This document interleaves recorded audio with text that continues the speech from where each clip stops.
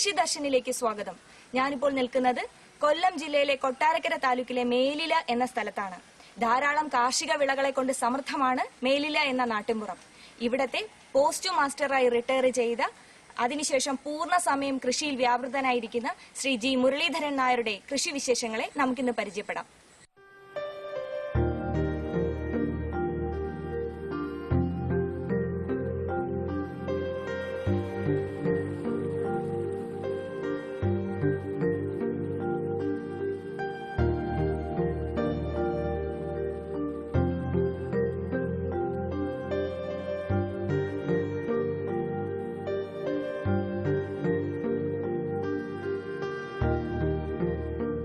അരുവികളും പുഴകളും നെൽപ്പാടങ്ങളും നിറഞ്ഞ ദൈവത്തിന്റെ സ്വന്തം നാടായ കേരളം വിവിധ കൃഷികളാൽ അനുഗ്രഹീതമാണ്.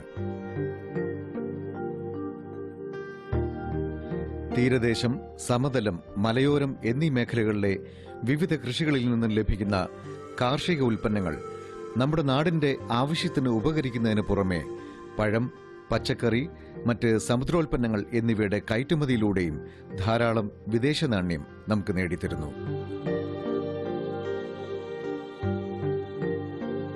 പഴം, പച്ചക്കറി, മലഞ്ചരക്ക് ഉൽപാദനം എന്നിവയിൽ കേരളത്തിൽ മുന്നിട്ട് നിൽക്കുന്ന കാർഷിക ഗ്രാമങ്ങളിലൊന്നാണ് മേലില. ഇവിടെ വിവിധ തരത്തിലുള്ള കാർഷിക പരീക്ഷണങ്ങളിൽ വിജയം വരിച്ച അനേകം കർഷകരിലൊരാളാണ് ശ്രീ മുരളീധരൻ നായർ. എന്തു നട്ടാലും താനെ മുളച്ചുവരുന്ന പോഷക സമൃദ്ധമായ ഈ മണ്ണിൽ വിവിധ ഇനം വിളകൾ ഇദ്ദേഹം കൃഷി ചെയ്യുന്നുണ്ട്.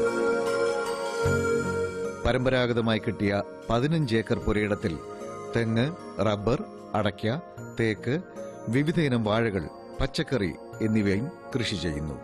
തരിശായ പാടത്തും കരഭൂമിയിലുമായി നല്ല വിളവ് തരുന്ന 1000-ലധികം വാഴകളാണ് ഇദ്ദേഹം കൃഷി ചെയ്യുന്നത്.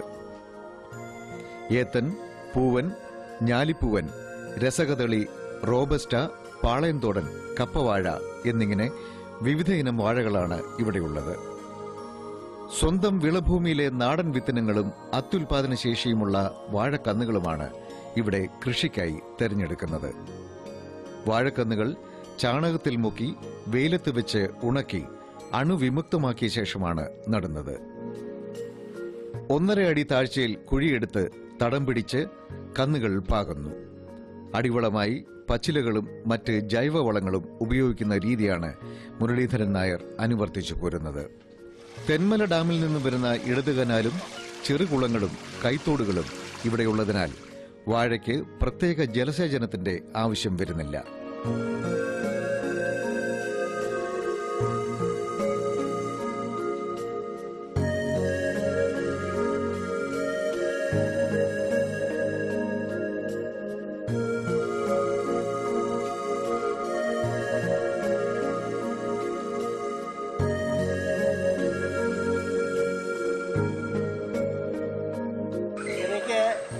പ്രധാനമായിട്ട് കൃഷി റബ്ബറാണ്.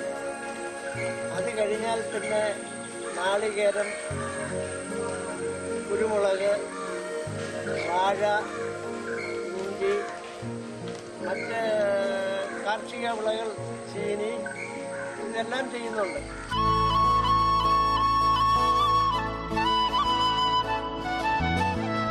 വിളവിന് മുൻപുള്ള ഓരോ മാസവും മുടങ്ങാതെ ജൈവവള പ്രയോഗം നടത്തുന്നു. പൊതുവെ സാധാരണ വാഴത്തോട്ടങ്ങളിൽ കണ്ടുവരാറുള്ള രോഗങ്ങളും ഇവിടെ ഇല്ല എന്നത് ഒരു പ്രത്യേകത. എല്ലാ സീസണിലും സുലഭമായി വാഴക്കുലകൾ ലഭിക്കാനായി ഒരിടത്ത് വിളവെടുക്കുമ്പോൾ മറ്റൊരു ദിക്കിൽ വാഴ നടുന്നതാണ് ഈ കർഷകന്റെ രീതി. വാഴയ്ക്ക് ഇടവേളയായി വിവിധതരം പച്ചക്കറികൾ, കിഴങ്ങുവർഗ്ഗങ്ങൾ എന്നിവ ഇവിടെ കൃഷി ചെയ്തു പോരുന്നു. വാഴയ്ക്ക് വെക്കുന്ന വളം പങ്കുപറ്റിയാണ് ഈ ഇടവിള കൃഷിയും വളരുന്നത്. അതിനാൽ പച്ചക്കറിക്ക് ആവശ്യമായ വളപ്രയോഗത്തിനുള്ള പണം പ്രത്യേകം കണ്ടെത്തേണ്ടതില്ല.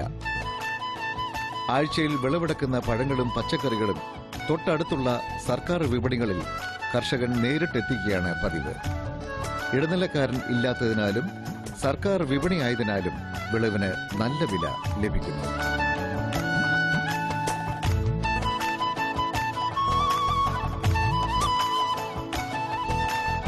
കൊല്ലം ജില്ലയിൽ കിഴക്കൻ മേഖലയിൽ കാർഷികപരമായി പ്രധാനപ്പെട്ട ഒരു പഞ്ചായത്താണ് മേലില. മേലിലയിൽ പ്രധാനമായിട്ടും വാഴക്കൃഷിയാണ് ഏറ്റവും പ്രധാനപ്പെട്ട, ഇപ്പോൾ നിലവിൽ വാഴയാണ് ഏറ്റവും പ്രധാനപ്പെട്ടുള്ള കൃഷി. കൂടാതെ കർഷകർ വലിയ തോതിൽ തന്നെ പച്ചക്കറി, അതുപോലെ തന്നെ പിന്നെ മരിച്ചീനി, അങ്ങനെയുള്ള മറ്റു പലതരത്തിലുള്ള കിഴങ്ങ് വർഗ്ഗങ്ങൾ, നമ്മൾ ചേന, കാച്ചിൽ, അങ്ങനെയുള്ള കിഴങ്ങ് വർഗ്ഗങ്ങളെല്ലാം തന്നെ കൃഷി ചെയ്തു വരുന്നുണ്ട്. പിന്നെ അതിൽ തന്നെ വ്യത്യസ്തപരമായി കൃഷി ചെയ്യുന്ന ഒരു കർഷകനാണ് ഇപ്പോൾ നമ്മൾ പരിചയപ്പെടുന്ന ജി മുരളീധരൻ നായർ. അദ്ദേഹത്തിന്റെ കൃഷി എന്ന് പറയുമ്പോഴത്തേക്ക് പ്രധാനമായിട്ടുള്ളത് കുരുമുളകാണ്. അദ്ദേഹത്തിന്റെ പ്രധാനമായിട്ടുള്ള കൃഷി എന്ന് പറഞ്ഞാൽ കുരുമുളകാണ്. കുരുമുളകിൽ തന്നെ കരിമുണ്ട, അതുപോലെ തന്നെ പന്നിയൂർ എന്നുള്ള അത്യുൽപാദന ശേഷിയുള്ള ഇനങ്ങളാണ് അദ്ദേഹം ഇപ്പൊ നിലവിൽ കൃഷി ചെയ്തുകൊണ്ടിരിക്കുന്നത്. ഏകദേശം 10 വർഷം പ്രായമായിട്ടുള്ള ചെടികളാണ്, നല്ല രീതിയിലുള്ള വിളവ് നൽകിക്കൊണ്ടിരിക്കുന്നു. മാത്രമല്ല ഒരു പ്രത്യേക തരത്തിലുള്ള കൃഷിരീതിയാണ് ഇവിടെ അനുവർത്തിച്ചു വരുന്നുള്ളത്. അതായത് രാസവളങ്ങളോ രാസ കീടനാശിനികളോ ഒന്നും തന്നെ ചേർക്കാതെ പാഴ്മരങ്ങൾ ഉപയോഗിച്ചുകൊണ്ട് വളരെ ഫലപ്രദമായ രീതിയിൽ കുരുമുളക് കൃഷി നടത്തി വരികയും അതിൽ വിജയം കാണുകയും ചെയ്തിട്ടുണ്ട്. ഇതിനകത്ത് തന്നെ അദ്ദേഹം സ്വതസിദ്ധമായ ശൈലിയിൽ തന്നെയാണ് അദ്ദേഹം ഈ കുരുമുളക് വള്ളിയുടെ പ്രൊപ്പഗേഷൻ ടെക്നിക്കൊക്കെ നമ്മൾ ശാസ്ത്രീയമായി ചെയ്യുന്നതിനുപരിയായിട്ട് അദ്ദേഹം തന്നെ വളരെ നീളമുള്ള കണ്ണികൾ വെച്ചാണ് ഇപ്പം അതിന്റെ പ്രൊപ്പഗേഷൻ രീതികളൊക്കെ ചെയ്തിട്ടുള്ളത്. മാത്രമല്ല അദ്ദേഹത്തിന് സ്വന്തമായിട്ടുള്ള, നേരത്തെ ഞാൻ പറഞ്ഞതുപോലെ മറ്റ് രാസവളങ്ങളോ രാസകീടനാശിനികളോ ഒന്നും തന്നെ ഉപയോഗിക്കുന്നില്ല. സ്വന്തമായിട്ട് അദ്ദേഹത്തിന്റെ ഫീൽഡിൽ തന്നെ അല്ലെ ഫാമിൽ തന്നെയുള്ള കോഴിവളം, അതേപോലെ തന്നെ മറ്റു ജൈവവളങ്ങൾ ഉപയോഗിച്ചാണ് കൃഷി ചെയ്യുന്നത്. പിന്നെ അദ്ദേഹത്തിന് ഈ കുരുമുളക് കൃഷി മെയിൻ കൂടാതെ തന്നെ നല്ല രീതിയിലുള്ള ഒരു കോഴി ഫാമുണ്ട്. 200ഓളം കോഴികളുള്ളൊരു കോഴി ഫാമുണ്ട്. ആ കോഴി ഫാമിൽ നിന്നുള്ള വളങ്ങളാണ് ഇതിന് ഉപയോഗിക്കുന്നത്. കൂടാതെ അദ്ദേഹത്തിന് വാഴക്കൃഷിയുണ്ട്. പിന്നെ ഓണ സീസൺ വരുന്ന ഓണത്തിനനുബന്ധിച്ചുള്ള പച്ചക്കറി കൃഷി, അങ്ങനെയുള്ള പല കൃഷി രീതികളും ഇപ്പം അദ്ദേഹം അനുവർത്തിച്ചു വരുന്നുണ്ട്. മേലില കൃഷിഭവന്റെയും പഞ്ചായത്തിന്റെയും അതുപോലെ കൃഷി ഉദ്യോഗസ്ഥന്മാരുടെയും ഇടയ്ക്കിടെയുള്ള ഫീൽഡ് വിസിറ്റും മുരളീധരൻ നായരുടെ കൃഷിക്ക് പ്രചോദനമാണ്.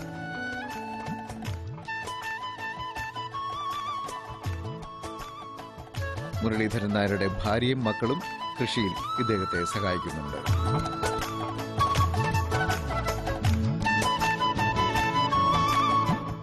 വീട് പറമ്പ് ഉൾപ്പെടെ 15 ഏക്കറിൽ നല്ല ഫലം തരുന്ന 500ഓളം കുരുമുളക് കൊടികൾ ഇദ്ദേഹം കൃഷി ചെയ്തു വരുന്നു. ഇതിനാവശ്യമായ കൊടികൾക്ക് വേണ്ടി മറ്റ് നഴ്സറികളെ ഇദ്ദേഹം ആശ്രയിക്കാറില്ല. പകരം തന്റെ തന്നെ കൃഷിത്തോട്ടത്തിലെ അത്യുൽപാദന ശേഷിയുള്ള കുരുമുളക് കൊടികൾ തെരഞ്ഞെടുത്ത് പ്രത്യേകം തയ്യാറാക്കിയ ഗ്രോ ബാഗിൽ വളർത്തിയെടുക്കുകയാണ് പതിവ്. കാലിവളവും ജൈവവളവും മണ്ണും സമ്മിശ്രമായി നിറച്ച ബാഗിൽ 30 സെന്റിമീറ്റർ നീളമുള്ള 5ഓ 6ഓ തണ്ടുകൾ നടുന്നു. ഇവയിൽ നിന്നും ഇല വീശി വരുന്ന നല്ല ആരോഗ്യമുള്ള ചെടികൾ മാറ്റി നടുന്നു. തായ്മരത്തേലാണ്. തായ്മരം, ആഞ്ഞിലി, മഹാഗനി, തേക്ക്, പെരുമരം തുടങ്ങിയ മരങ്ങളിലാണ് ഇത് നട്ടുപിടിപ്പിച്ചിരിക്കുന്നത്. ഒരു സമയത്ത് മരം കൊടുത്താൽ അതിനും നല്ല വില കിട്ടും. മരം കൊടുക്കുന്നവരെ അത് നല്ല ഉയരത്തിൽ വളർന്നു പോകുന്ന പൊടിയായിട്ട് നമുക്ക് പ്രയോജനപ്പെടുകയും നല്ല രീതിയിൽ അതിൻ്റെ ആദായം ലഭിക്കുകയും ചെയ്യും. പിന്നെ ചൂടൽ ഒഴിവാക്കാൻ വേണ്ടി ഞാൻ മിക്കവാറും എല്ലാ വർഷവും ഇതിൻ്റെ കുറേ ശിഖരങ്ങൾ കോതിക്കളയുന്ന പതിവുണ്ട്. പിന്നെ ഈ കുരുമുളക് വിപണിയിലും കൊടുക്കാം.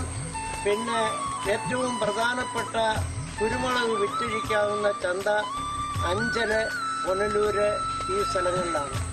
അഞ്ചലിൽ എത്ര ചാക്ക് കുരുമുളക് കൊണ്ടുപോയാലും വിൽക്കുന്ന ഒരു മലഞ്ചരക്ക് വ്യാപാര മേഖലയാണ് അഞ്ചലും പുനലൂരും.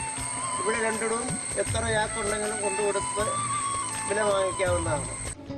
ആദ്യമൊക്കെ അടയ്ക്കാമരവും തെങ്ങും മാത്രമായിരുന്നു തായ്മരങ്ങൾ. എന്നാൽ തെങ്ങിലെ രോഗങ്ങൾ കുരുമുളക് കൃഷിക്ക് പ്രതികൂലമായതിനാൽ മുരളീധരൻ നായർ പുതിയ പരീക്ഷണങ്ങളിലേക്ക് നീങ്ങി. പറമ്പിലെ നല്ല ഉയരത്തിൽ വളർന്ന മഹാഗണി, ആഞ്ഞിലി, പെരുമരം, തേക്ക് എന്നീ വൃക്ഷങ്ങളിൽ കൊടികൾ പടർത്തിവിടുന്നു. ആദ്യം നാടൻ ഇനത്തിൽപ്പെട്ട കരിയിലാഞ്ചിയിലാണ് കൃഷി തുടങ്ങിയതെങ്കിലും പിന്നീട് അത്യുൽപാദന ശേഷിയുള്ള കരിമുണ്ട, പന്നിയൂർ എന്നീ ഇനത്തിൽപ്പെട്ട കുരുമുളകിലേക്ക് മാറുകയാണ് ചെയ്തത്.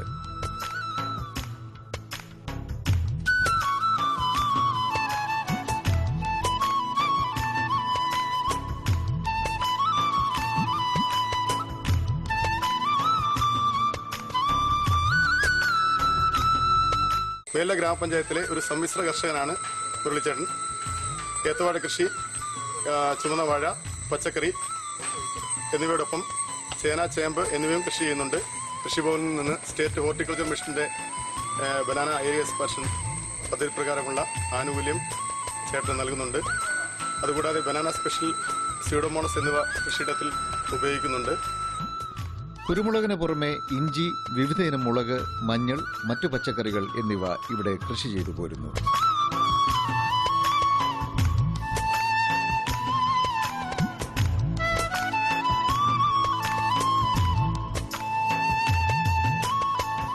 മുരളിച്ചേട്ടൻ ഞങ്ങളുടെ പഞ്ചായത്തിലെ ഏറ്റവും നല്ല മികച്ച സമ്മിശ്ര കർഷകനാണ്. ഏറ്റവും നല്ല രീതിയിൽ കുരുമുളക് കൃഷി ചെയ്യുന്ന ചേട്ടനാണ്. ഈ 80 സെന്റോളം കുരുമുളക് കൃഷി ചെയ്യുന്നുണ്ട്. ഈ പുരയിടങ്ങളിലൊന്നും തന്നെ വലുതായി രോഗങ്ങളും കീടങ്ങളും ഉണ്ടാകുന്നില്ല. കൃഷിഭവനിൽ പുള്ളി വരാറുണ്ട്, വേണ്ട നിർദ്ദേശങ്ങൾ ഞങ്ങൾ നൽകാറുണ്ട്. പുള്ളിയുടെ ഫീൽഡ് ഞങ്ങൾ മാസത്തിൽ ഒരിക്കൽ സന്ദർശിക്കാറുണ്ട്, വേണ്ട ഉപദേശങ്ങൾ നൽകാറുണ്ട്. പുള്ളി പന്നിയൂറൊന്നും കരിമുണ്ടയാണ് ഇവിടെ കൂടുതലായി കൃഷി ചെയ്തിരിക്കുന്നത്. പുള്ളിക്ക് അതിൽ നിന്ന് തന്നെ വലിയ ആദായമാണ് കിട്ടുന്നത്. ഏകദേശം 1800 കിലോ കുരുമുളക് വരെ അദ്ദേഹം വിറ്റതായിട്ടാണ് ഞാനെടുത്ത് പറഞ്ഞിട്ടുള്ളത്. ഏറ്റവും നല്ല മികച്ച ഈ പഞ്ചായത്തിലെ കുരുമുളക് കർഷകനാണ് ശ്രീ മുരളിച്ചേട്ടൻ. തുറസായ സ്ഥലത്ത് ചുറ്റുമതിൽ നെറ്റ് വിരിച്ച് അതിനുള്ളിൽ 200ഓളം നാടൻ ഇനത്തിൽപ്പെട്ട കോഴികളും ഇവിടെ പരിപാലിക്കുന്നു. ഇതിൽ 20 എണ്ണം പൂവൻ കോഴികളാണ്. ഒരു ദിവസം ശരാശരി 140 മുട്ടകളാണ് ഇവിടെ ലഭിക്കുന്നത്. നല്ല നാടൻ ഇനത്തിൽപ്പെട്ട മുട്ടകളായതിനാൽ ഇതിന് ആവശ്യക്കാർ ഏറെയാണ്. മുട്ടയ്ക്ക് നല്ല വിലയും ലഭിക്കുന്നുണ്ട്. കോഴികൾക്ക് പ്രധാനമായി അരിയും തവിടും കോഴിത്തീറ്റയും സമം കുഴച്ച് ഒരു പാത്രത്തിലാക്കി കൊടുക്കുകയാണ് പതിവ് രീതി. ഇതിനു പുറമെ വാഴയിലയും കപ്പയും കൊടുക്കുന്നു.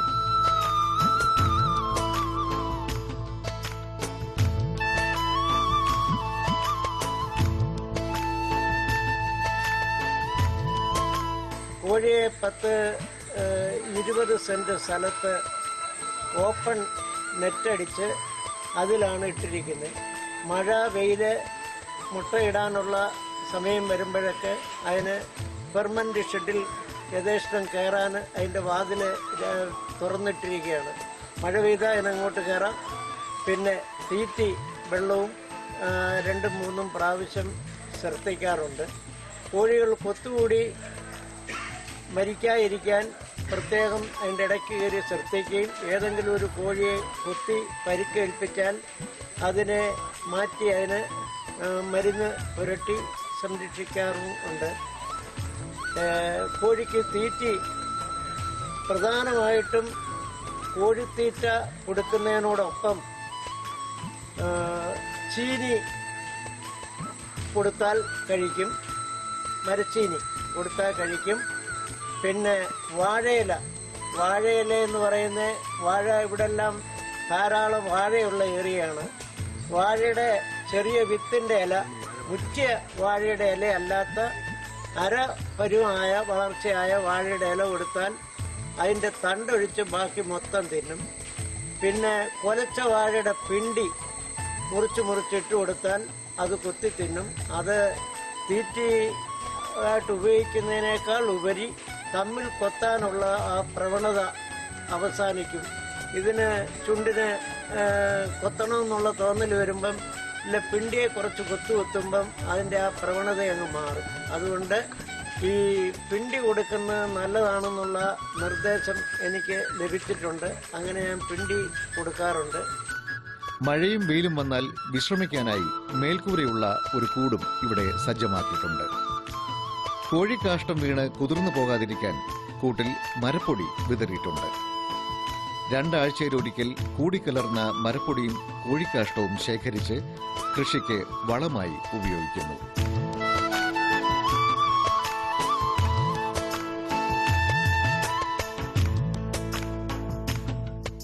ഞാൻ നേരത്തെ അച്ഛൻ്റെ കൃഷിയിടങ്ങളിലെല്ലാം പോയിട്ട് അച്ഛൻ്റെ കൃഷി രീതികളെ പറ്റി പഠിക്കുകയും ആ രീതിയിൽ മുന്നോട്ട് പോവുകയും ചെയ്ത ഒരാളാണ്. നമുക്ക് സ്വന്തമായിട്ട് കൃഷി ചെയ്യുന്ന ഒരു സ്ഥലത്ത് നമ്മുടെ വീട്ടിന്റെ ഒരു ടെറസിന്റെ മണ്ടയിൽ ഒരു മൂട് പയർ നട്ടു കഴിഞ്ഞാൽ പോലും അതിനകത്ത് നിന്ന് ഉണ്ടാവുന്ന ഒരു പയർ നമുക്ക് പറിച്ച് കഴിക്കുമ്പോൾ നമുക്ക് അതിന്റെ സംതൃപ്തിയും അത് വിഷാംശം ഇല്ലാത്ത രീതിയിലാണ് നമ്മൾ കഴിക്കുന്നതെന്നുള്ള ഒരു നല്ല പൂർണ്ണ ഉറപ്പുണ്ടായതുകൊണ്ട് നമുക്കത് പൂർണ്ണമായിട്ട് കഴിക്കാൻ പറ്റും. നേരെ മറിച്ച് നമ്മളിപ്പോൾ വിപണിയിൽ നിന്ന് വാങ്ങിക്കുന്ന ഒരു സാധനം, വിപണിയിൽ നിന്നല്ല നമ്മൾ പച്ചക്കറി മാർക്കറ്റിൽ നിന്ന് വാങ്ങിക്കുന്ന ഒരു സാധനം നമ്മൾ കൊണ്ടുവന്നു കഴിഞ്ഞാൽ അതിനകത്ത് നമ്മളിപ്പോൾ എല്ലാവരും കാണുന്നതാണ് വിഷാംശം കുത്തിവെക്കുന്നതും എല്ലാം നമ്മൾ കണ്ടിട്ടുള്ളൊരു സംഭവമാണ്. പക്ഷെ അങ്ങനെ ഒരു സംഭവം അത് ഇല്ലാത്ത രീതിയിൽ നമുക്ക് പൂർണ്ണ മനസ്സോടുകൂടി കഴിക്കാൻ പറ്റുന്ന ഒരു സാധനം നമ്മുടെ വീട്ടിൽ ഒരു ശകലം കോണെങ്കിലും ഉണ്ടെന്നുണ്ടെങ്കിൽ അവിടെ ഒരു മൂട് പയർ അല്ലെങ്കിൽ ഒരു മൂട് പാവൽ നട്ടുപിടിപ്പിച്ച് നമുക്ക് വളർത്തുന്ന ഏറ്റവും ബെറ്ററായിരിക്കും. അന്താരാഷ്ട്ര വിപണിയിലെ കറുത്ത പൊന്നായ കുരുമുളകും ഇഞ്ചിയും നാടൻ വാഴകളും വാണിജ്യാടിസ്ഥാനത്തിൽ കൃഷി ചെയ്യുന്ന മുരളീധരൻ നായർ കേരളത്തിലെ കാർഷിക ഗ്രാമങ്ങൾക്ക് ഒരു മാതൃകയാണ്.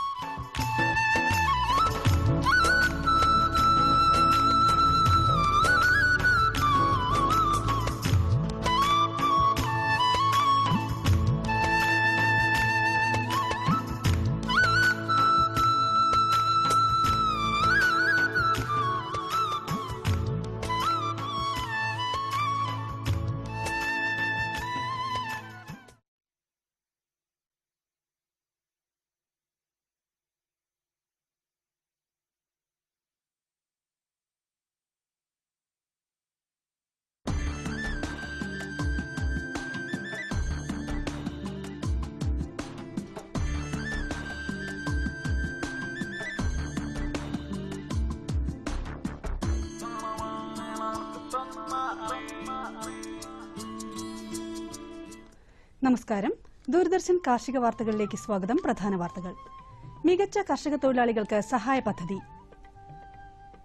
കർഷകർക്ക് ആശ്വാസമേകി പ്രധാനമന്ത്രി കൃഷി സിഞ്ചായി പദ്ധതി. തീറ്റപ്പുൽ കൃഷിയിൽ പരിശീലനം. വിശദമായ വാർത്തകളിലേക്ക്. സംസ്ഥാന സർക്കാർ ഏറ്റവും മികച്ച കർഷക തൊഴിലാളികൾക്ക് നൽകി വരുന്ന ശ്രമശക്തി പുരസ്കാരം നേടിയ വ്യക്തികൾക്ക് ആധുനിക കൃഷിയന്ത്രങ്ങളും കാർഷികോപകരണങ്ങളും നൽകുന്ന സഹായ പദ്ധതിക്ക് കൃഷിവകുപ്പ് തുടക്കമിട്ടു. അവാർഡ് ലഭിച്ച ശേഷവും ഇവരുടെ സേവനം കാർഷിക മേഖലയ്ക്ക് ലഭിക്കാനും മറ്റു കർഷകർക്ക് മാതൃകയാകുന്നതോടൊപ്പം ഇവരുടെ പ്രവർത്തനങ്ങൾ കൂടുതൽ ഫലപ്രദമാക്കാനും കാർഷിക മേഖലയിൽ പുതിയ തൊഴിലവസരങ്ങൾ സൃഷ്ടിക്കാനുമാണ് പദ്ധതി ലക്ഷ്യമിടുന്നത്. പദ്ധതി അനുസരിച്ച് പുരസ്കാര ജേതാക്കൾക്ക് 4 ലക്ഷം രൂപ വരെ വിലമതിക്കുന്ന യന്ത്രങ്ങൾ തെരഞ്ഞെടുക്കാൻ അവസരമുണ്ടായിരിക്കും. 5 പേർക്കാണ് നടപ്പു സാമ്പത്തിക വർഷം ഇതിന്റെ പ്രയോജനം ലഭിക്കുക. കാർഷിക സർവകലാശാലയുടെ വെള്ളാനിക്കര ഹോർട്ടിക്കൾച്ചർ കോളേജിലെ തോട്ടവിള വിഭാഗത്തിൽ കരിമുണ്ട പന്നൂർ 1, പന്നൂർ 2, പന്നൂർ 8, വിജയ് എന്നീ കുരുമുളക് തൈകളും കുറ്റിക്കുരുമുളക് തൈകളും വിൽപ്പനയ്ക്ക് തയ്യാറായിട്ടുണ്ട്. കൂടുതൽ വിവരങ്ങൾക്ക് ബന്ധപ്പെടാവുന്ന ഫോൺ നമ്പർ 0487 243 8360.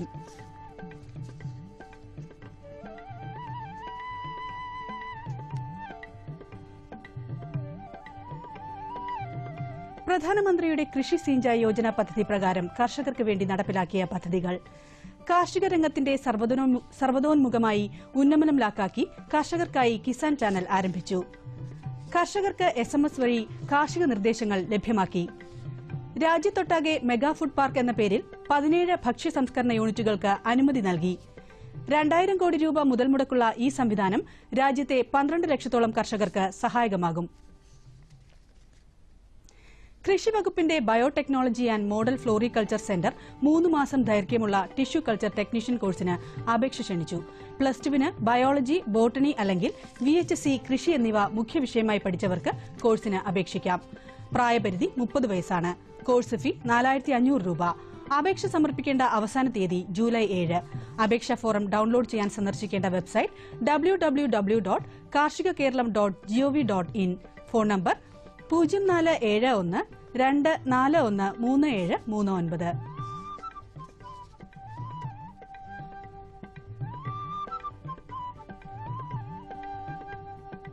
ക്ഷീരവികസന വകുപ്പിന്റെ തിരുവനന്തപുരം പട്ടത്തുള്ള ക്ഷീരപരിശീലന കേന്ദ്രത്തിൽ ഈ മാസം 26, 27 തീയതികളിൽ തീറ്റപ്പുൽ കൃഷിയിൽ പരിശീലനം നടത്തുന്നു. പങ്കെടുക്കാൻ താൽപര്യമുള്ള കർഷകർ ഈ മാസം 25-ാം തീയതി വൈകുന്നേരം 4 മണിക്ക് മുൻപ് പേര് രജിസ്റ്റർ ചെയ്യേണ്ടതാണ്.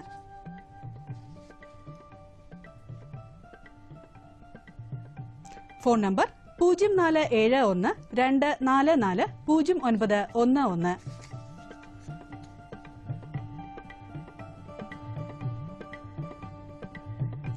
കോട്ടയം ജില്ലയിലെ മാടപ്പള്ളി മൃഗാശുപത്രിയിൽ ഈ മാസം 27-ന് രാവിലെ 10 മണിക്ക് കലിംഗ, ബ്രൌൺ എന്നീ ഇനത്തിൽപ്പെട്ട മുട്ടക്കോഴി കുഞ്ഞുങ്ങളെ വിതരണം ചെയ്യുന്നു. താൽപര്യമുള്ളവർക്ക് മുൻകൂട്ടി പേര് രജിസ്റ്റർ ചെയ്യാവുന്നതാണ്. ഇനി കമ്പോള നിലവാരം. വെളിച്ചെണ്ണ കൊച്ചി 11,900 രൂപ, കോഴിക്കോട് 13,500 രൂപ, തൃശൂർ 11,900 രൂപ. കൊപ്ര കൊച്ചി 8,100 രൂപ, കോഴിക്കോട് 8,550 രൂപ, തൃശൂർ 8,075 രൂപ. കുരുമുളക് അൺഗാർബിൾ 62,600 രൂപ, കുരുമുളക് ഗാർബിൾ 65,600 രൂപ. ചുക്ക മീഡിയം 22,000 രൂപ, ചുക്ക ബെസ്റ്റ് 24,000 രൂപ. മഞ്ഞൾ സേലം 8,200 രൂപ, മഞ്ഞൾ ഈറോഡ് 8,400 രൂപ. അടയ്ക്ക പുതിയത് 22,000-നും 23,000-നും മധ്യേ. കൊച്ചി റബ്ബർ RSS 5ാം ഗ്രേഡ് 13,000 രൂപ, റബ്ബർ RSS 4ാം ഗ്രേഡ് 13,200 രൂപ. കോട്ടയം റബ്ബർ RSS 5ാം ഗ്രേഡ് 13,000 രൂപ, റബ്ബർ RSS 4ാം ഗ്രേഡ് 13,200 രൂപ. കമ്പോള നിലവാരം കൊച്ചിയിൽ.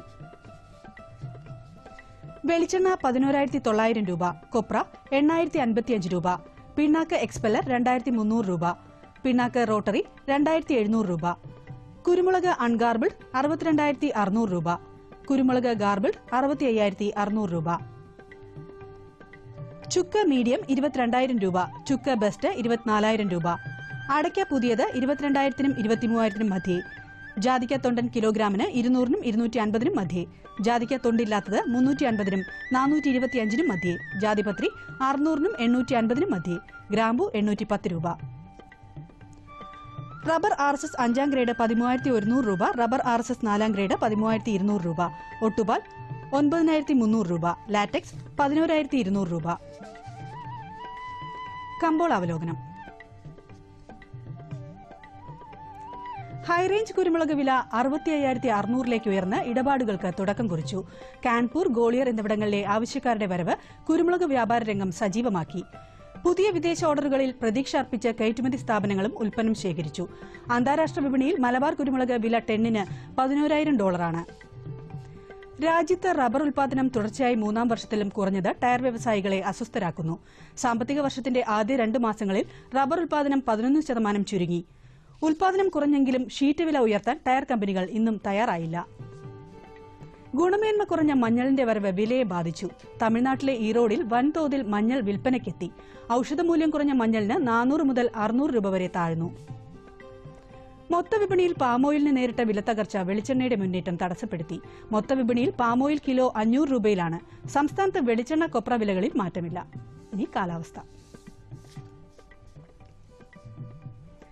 കണ്ണൂർ കൂടിയ താപനില 32.3 ഡിഗ്രി സെൽഷ്യസ്, കുറഞ്ഞ താപനില 24.6 degree Celsius. Kozhikode 34.2, 23.8. Kochi 32.2, 25.2. Alappuzha 33.3, 27.5. Punalur 31.7, 25. Thiruvananthapuram 32, 25.2 degree Celsius. ഇതോടെ ഇന്നത്തെ കാർഷിക വാർത്തകൾ സമാപിക്കുന്നു. നമസ്കാരം.